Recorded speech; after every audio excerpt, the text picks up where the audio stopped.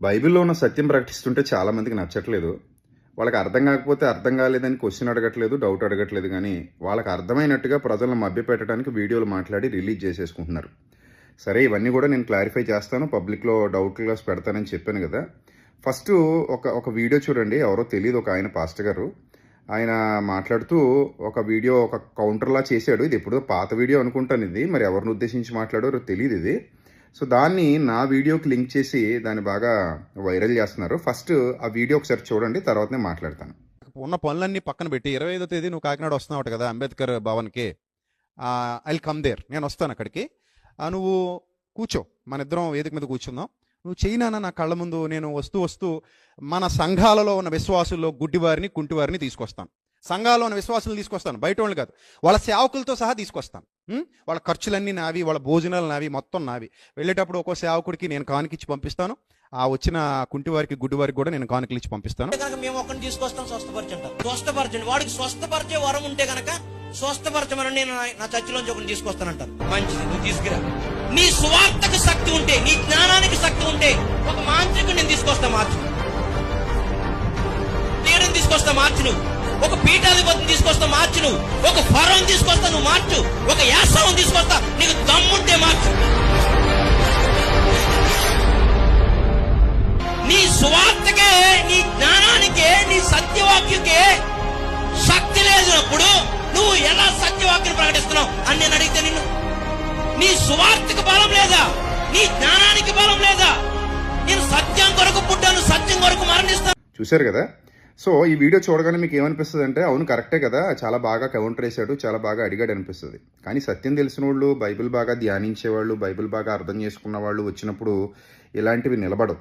ఇప్పుడు మీకు ఒక పాయింట్ చెప్తాను, జాగ్రత్తగా వినండి. చాలా సింపుల్గా, నాకు వాక్యం ప్రకటించడం వచ్చు, నేను వాక్యం బాగా నేర్చుకున్నాను, నాకు వాక్యం బాగా తెలుసు అని ఎవరైనా మీ ముందుకు వచ్చి చెప్పారనుకోండి, మీరు వెంటనే ఏమనొచ్చు? అవునా, అయితే నాకు వాక్యం చెప్పు, వింటాను. నువ్వు ఎంత బాగా వాక్యం చెప్తావు వింటాను, నీకు ఎంత వాక్యం తెలుసో వింటానని అని అడగటం తప్ప, రైటా? మీరు చెప్పండి. అది తప్పు కాదు కదా?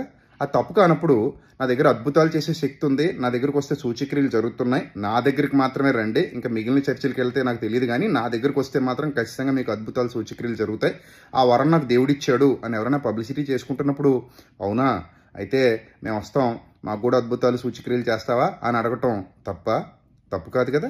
వాక్యం ప్రకటించడం వచ్చు అన్నప్పుడు వాక్యం ప్రకటించమని అడగడం ఎలా తప్పు కాదో, నేను అద్భుతాలు సూచక్రియలు చేస్తాను అన్నప్పుడు అయితే మాకు కూడా చెయ్యండి బాబు అని సవాలు, ఛాలెంజ్ కాదు, బ్రతిమలాడి అడగటం తప్పు కాదు కదా?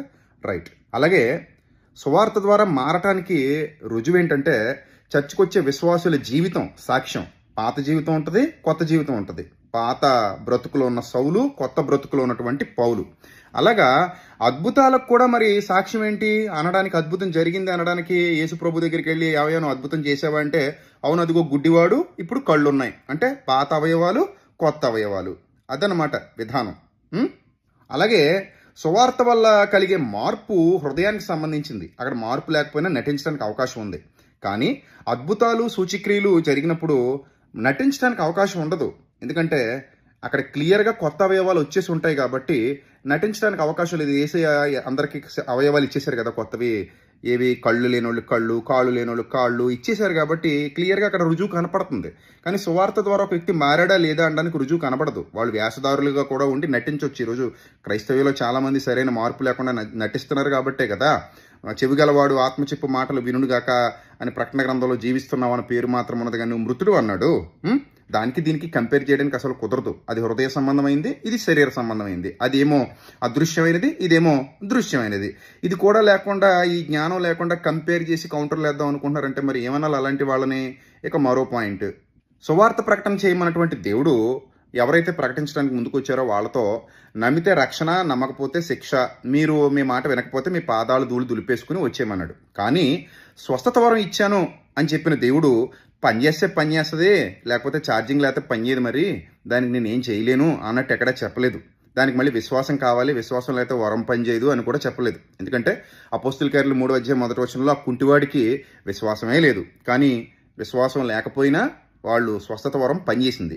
అలాగే పొప్లి తండ్రికి ఆ ద్వీపంలో విశ్వాసం ఉన్నట్టుగా లేదు, కొత్తగా వెళ్ళాడు అక్కడికి పౌలు భక్తుడు, వాళ్ళు అన్యులే. సో వాళ్ళకు కూడా వరం పనిచేసింది. సో కాబట్టి అన్యజనులకు కూడా దేవుడు మేలు చేస్తున్నాడు, వాళ్ళ మీద కూడా సూర్యుని ఉదయింపజేస్తున్నాడు, తన శక్తిని బట్టి వాళ్ళకే వర్షాన్ని కురిపిస్తున్నాడు. దీన్ని బట్టి అన్యజనులకు కూడా దేవుడు మేలు చేస్తున్నాడు, ఆయన అందరికీ ఉపకారి. కానీ విశ్వాసం లేకుండా దేవుని రాజ్యంలోకి ఎవడో రాలేడు. విశ్వాసం లేకుండా కూడా వాళ్ళకి అద్భుతాలు జరగవచ్చు, సూచక్రియలు జరగవచ్చు వరం ఉన్న వాళ్ళతో. కానీ వాక్యం చెప్పడం వచ్చినా విశ్వాసం లేకుండా ఎవడూ దేవుని రాజ్యంలో ప్రవేశించడు, దేవునికి ఇష్టడే ఉండటం అసాధ్యం. ఈ కంపారిజన్ అనేది చాలా తప్పు. యేసుక్రీస్తు ప్రభువారు చేసిన అద్భుతాలు సూచక్రియలు ఎక్కడ ఫెయిల్ అవ్వలేదు, కానీ యేసుక్రీస్తు ప్రభువారు ప్రకటించిన వాక్యం విని చాలామంది మారు మనసు పొందలేదు. ఈ విషయాన్ని అందరూ గుర్తించండి. ఇలాంటి అసత్య ఆలోచన విధానాన్ని దయచేసి మార్చుకోండి. ఇది కరెక్ట్ కాదు. అసలు వాక్యం తెలియకుండా ఇలాంటి కౌంటర్లు పెడితే ఇదిగో ఈ విధంగా తేలిపోతారు. అయినా నిజంగా జరిగే దేవుని కార్యాలను మనం ఎందుకు నమ్మని చెప్పండి? నిజంగా దేవుని కార్యం జరిగితే మనం అందరం నమ్ముతాం, తప్పకుండా నమ్ముతాం. కళ్ళ ముందు దేవుని కార్యం కనబడుతుంటే ఎవరు నమ్మకుండా ఉంటారు చెప్పండి? దానివల్ల దేవునికే కదా మహిమ. ఏ విషయంలో కూడా అబద్ధాలు వద్దు, మోసం చేయొద్దు, ప్రజల్ని వాళ్ళ బలహీనతలను క్యాష్ చేసుకోవద్దు, చీప్ ట్రిక్స్ ప్లే చేయొద్దు, వాక్యపు నమూనాకు వ్యతిరేకంగా వెళ్ళొద్దు అని చెప్తున్నాను తప్ప నిజంగా దేవుని అద్భుతం, నిజంగా దేవుని కార్యం జరుగుతుంటే ఎవరో కాదనగలరు, ఎవరు దాన్ని తప్పు పట్టగలరు, ఎవరు దాన్ని వద్దంటారు చెప్పండి? కనీస జ్ఞానం లేకుండా ఇలా ప్రతిదానికి ఒక అబద్ధాన్ని నిజం చేయడానికి ప్రయత్నం చేయకూడదు కదా. ఇలాంటి వాటిని నేనే కాదు, దైవజనులు ఈశాన్ గారు కూడా ఖండించారని చెప్పాను కదా, ఇంకా చాలా మంది ఖండించారు. చూడండి, ఆ వీడియో కూడా చూడండి.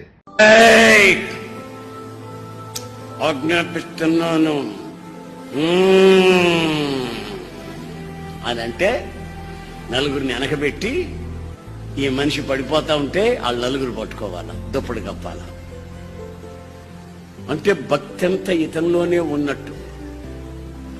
ఇది యేసు ప్రభు ద్వారా కలిగింది కాదు, నా ద్వారా ఏదో కలుగుతుందని చూపించుకునేదాన్ని. గారడిలా నలుగురు వెనకుంటే నేను పడిపోయినా వాళ్ళు పట్టుకుంటారని నాకు తెలుసు కదండి. అప్పుడు ఎందుకు పడిపోతా. మాయ మాయ. బైబిల్ అంటుంది ప్రతి ఒక్కరిని నా సిలువ వైపు మీరు తీసుకుని రండి. ఇంకా చాలా మంది చాలా మాట్లాడుతున్నారు, అన్నింటికి సమాధానాలు ఇస్తాను.